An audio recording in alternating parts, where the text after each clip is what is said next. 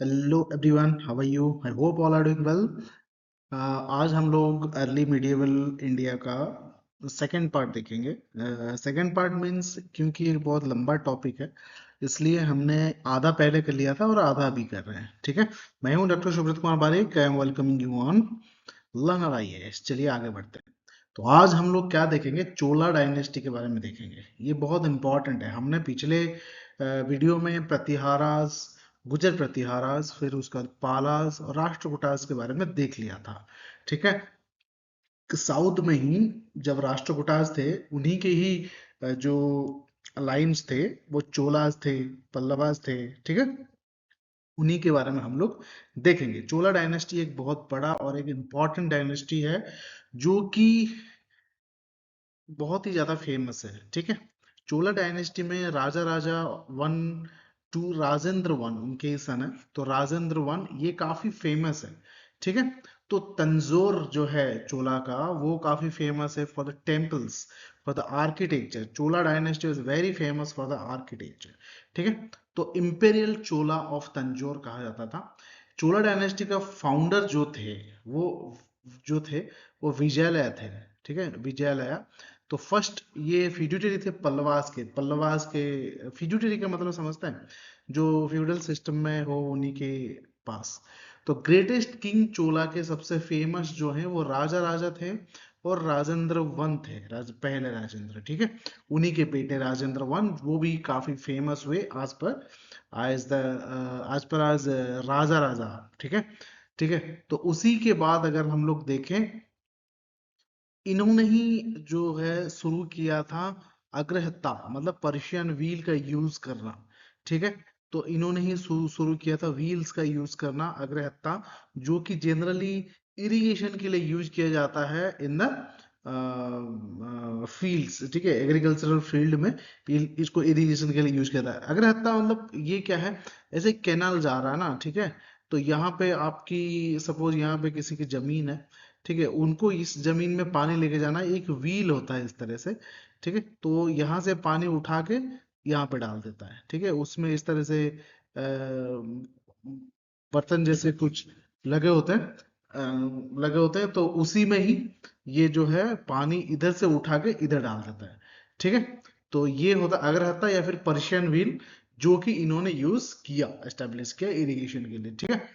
उसके बाद अगर हम बात करें दो महान राजाओं के बारे में, जो राजा राजा वन हुए, पहले राजा राजा और फिर राजेंद्र वन हुए। ठीक है।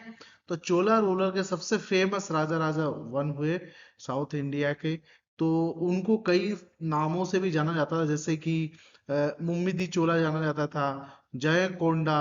ठीक है। शिवपद शेखरा।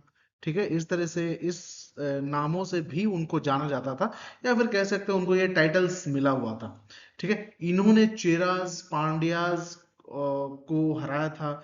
मालदीव्स को भी इन्होंने अपने अख्तियार में लिया था। ठीक है। इन्होंने नेवल जो है, अपने जो नौसेना है, वो काफी बड़ी बना रखी थी।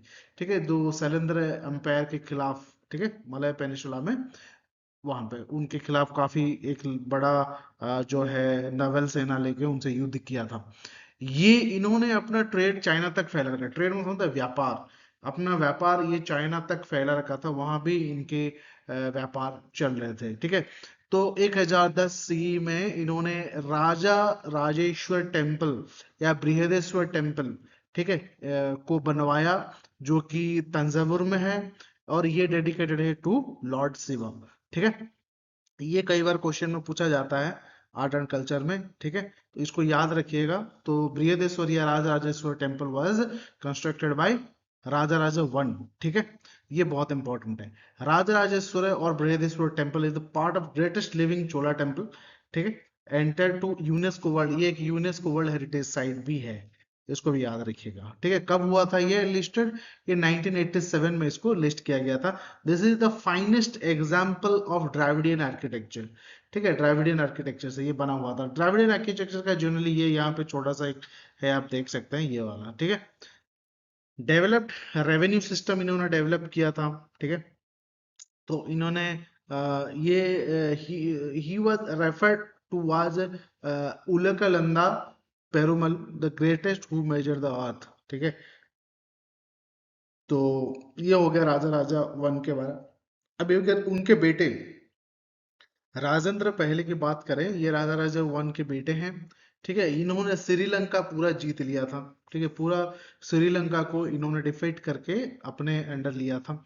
इन्होंने चोला डायनेस्टी का जो आपका नेवल सिस्टम है, जो नौसेना का सिस्टम है, वो काफी स्ट्रांग इन्होंने बनाया in the area of Bay of Bengal, जिसको चोला लेक के नाम से भी जाना जाता था। इतना दबदबा, बे ऑफ बंगाल जो बंगाल की खाड़ी है, उस एरिया में इन्होंने अपना नेवल सिस्टम इतना स्ट्रांग बना रखा था, उसको इन्हीं के नाम से, चोला लेक के नाम से भी कई बार जाना जाता था। इनको कई टाइटल्स मिले हुए थे, जिनमें से ये बहुत फेमस है, जिसका नाम है गंगाई कोंडा चोला। इन्हीं को बोला जाता था गंगाई कोंडा चोला। इन्हीं के नाम से एक सिटी भी बना, जिसको बोला जाता है गंगाई कोंडा चोलापुरम। ठीक है, so he was the great great patron of learning. ठीक है, ये शिक्षा को या फिर तर्क वितर्क को, ज्ञान को बहुत इंपॉर्टेंस देते थे, इसीलिए इनको पंडित भी कहा जाता था।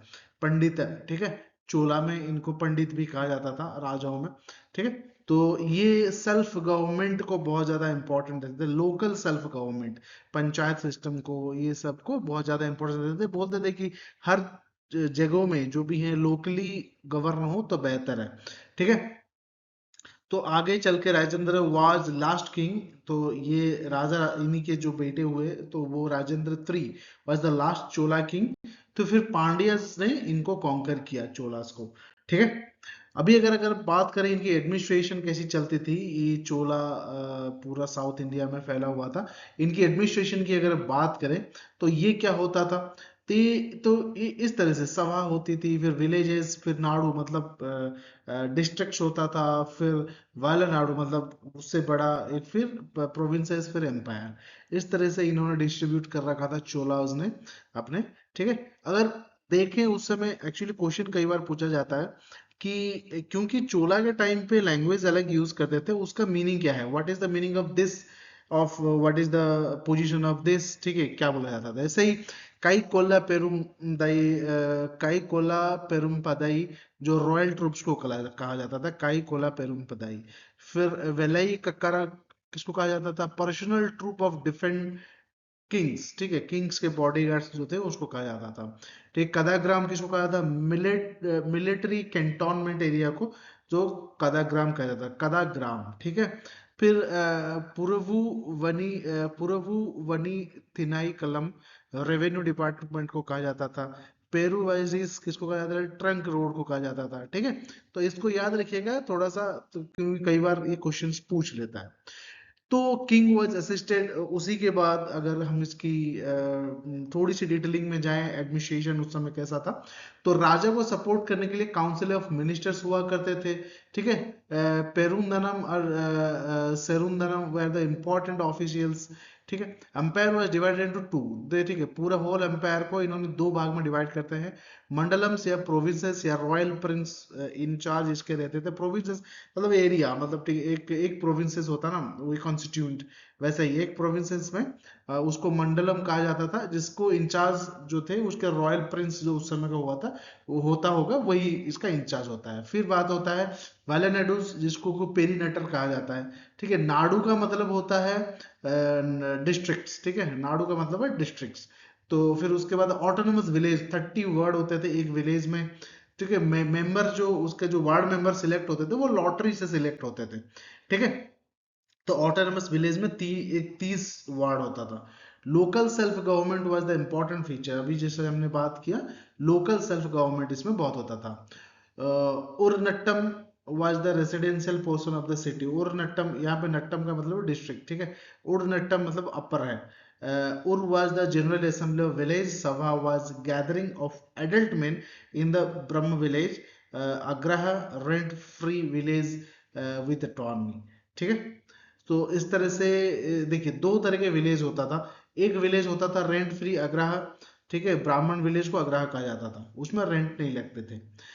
तो इस तरह से, और इनकम टैक्स उस समय रेवेन्यू भी ये लोग लेते थे।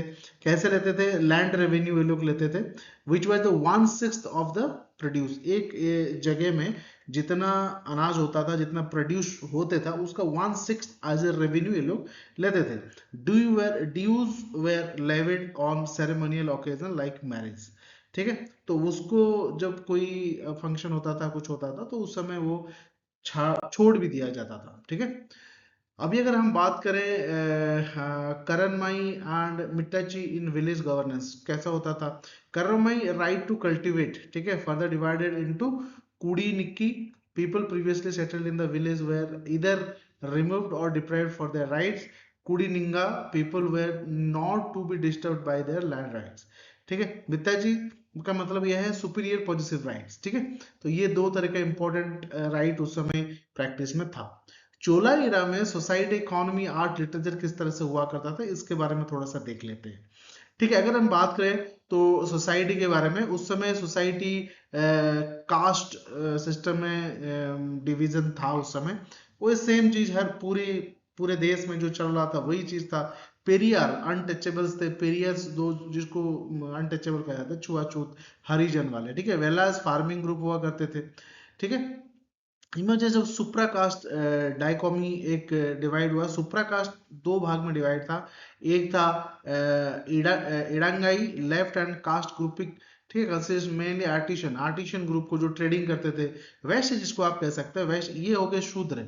ठीक है, ये और ये हो गए वैश्य। वलंगाई राइट हैंड ग्रुप्स जो थे वो मेनली एग्रीकल्चरल ग्रुप्स हुआ करते थे। ठीक है, वुमेन उस समय क्या था, वो काफी फॉरवर्ड थी, सरपंच भी थी कई जगहों पे। ठीक है, तो रॉयल पैटर्नेज जो था, वो ब्राह्मणस को गिफ्ट्स बहुत देते थे, टेम्पल में उनका था। तो ब्राह्मणस हर जगह पे उस समय थोड़े ऊपर थे। ठीक है, expansion of agrarian economy use the अग्रागढ़ पर्शियन व्हील, स्मूथ इरिगेशन। तो उस समय एग्रीकल्चर, अगर इकोनॉमी की बात हम लोग करें, उस समय एग्रीकल्चर काफी अच्छा था, क्योंकि व्हील्स यूज होते थे।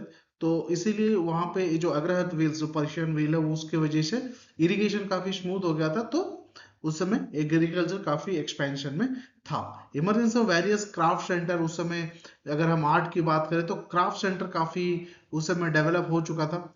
Kanchipuram was the important weaving industry. Kanchipuram weaving industry के लिए काफी फेमस हुआ। ठीक है, Kudamukku was the centre for the betel nut समझते हैं, सुपारी। ठीक है, पान सुपारी एरिया, एरेका नट प्रोडक्शन। ठीक है, तो कुड़ामुक्कू जो था वो नट्स के लिए, मतलब बिटल नट्स के लिए काफी फेमस हुआ। इमरजेंस ऑफ ट्रेडिंग कास्ट, उस समय अगर हम बात करें, ट्रेडिंग कुछ लोग करने लगे, जैसे कि गरवेराज north merchant migrant southwards, जो नॉर्थ से साउथ को गए थे गरवेराज, वो लोग फिर गौडास भी कह सकते हैं, फिर गावुंडास भी कहते हैं, ओरिजिनल कल्टिवेटर्स।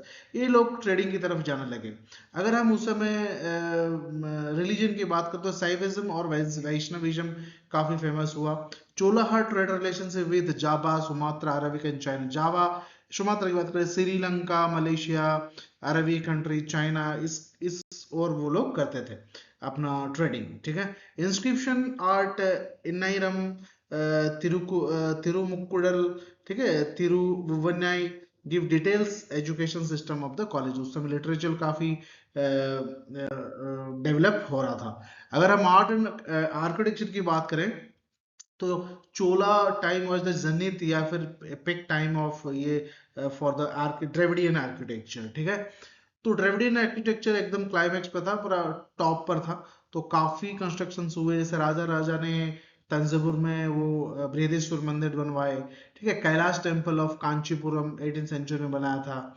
ठीक है, इस तरह से गंगाई कोंडा चोलापुरम, नटराजा टेम्पल आर्ट चिदम्बरम काफी फेमस है। Brihadeshwara temple was the Raja in 1078 C, dedicated to Shiva. ठीक है, तो डांसिंग नटराजन जो है इसी समय में बना हुआ था। काफी ये एनसीईआरटीज में भी देखने को हमें मिल जाता है। भरतनाट्यम और Kathakali are the two type of dance perform during the Chola period. ठीक है, ये क्वेश्चंस में पूछा जाता है, इसको जरूर से याद रखिएगा। अगर हम लिटरेचर की बात करें, कुछ इंपॉर्टेंट चीजें था, जैसे कि शिव कासिन तमाई written by Thiru Thakkadevar, and Kundalakesi belong to 10th century. ठीक है, रामायण कंपोज्ड बाय कम्मन, कम्मन रामायण बहुत फेमस है। पेरियन्नपुरम और तिरुवनंतपुरम में ये काफी फेमस हुआ। थिरुथुंदरपुरम, ठीक है, by secular, two masterpiece of the this age. ठीक है, रामायण जो कम्मन का था और फिर ये, ठीक है। तेलुगु वर्जन ऑफ महाभारत भी उस समय लिखा गया बाय नानिया और कंप्लीटेड बाय टेकाना।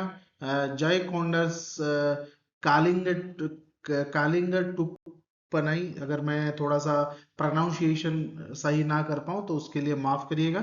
ठीक है, तो ये कुछ लिटरेचर्स हैं जो काफी फेमस हुए उस समय। ठीक है, चलिए, तो ये था चोला के बारे में, चोला डायनेस्टी के बारे में, जो कि बहुत ही ज्यादा इंपॉर्टेंट है कुछ एरिया में। जैसे किसी से कुछ फेमस क्वेश्चन है, जैसे लाइक बृहदेश्वर टेम्पल ने किसने बनवाया था? राजा राजा ने।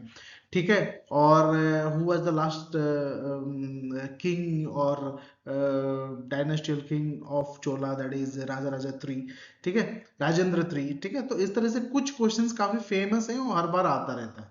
ठीक है, so thank you for the watching this video, I hope you liked it, आपको पसंद आया होगा। देखिए, ये सिविल्स के लिए मैं बना रहा हूँ फॉर क्विक रिवीजन, ताकि एक झटके से आपका एक ही लॉन्ग स्ट्रेच में, एक ही स्ट्रेच में आपका रिवीजन हो जाए। और वीडियोस क्या है ना, ऑडियो विजुअल दोनों का यूज करता है as per the pedagogy, it gives you more benefit in remembering something. ठीक है, और बाकी हिस्ट्री जो लोग बच्चे पढ़ते हैं, जिसका मीडिएवल हिस्ट्री है लाइक 11th स्टैंडर्ड में, वो लोग भी इसको देख सकते हैं और अपने नॉलेज को बढ़ा सकते हैं। ठीक है, I hope you like it. So मिलते हैं बहुत ही जल्दी, इसी को खत्म करेंगे, आगे दिल्ली सल्तनत भी है। तो thank you very much, keep watching और subscribe this channel which is very important, it boost me to do more. Okay, thank you.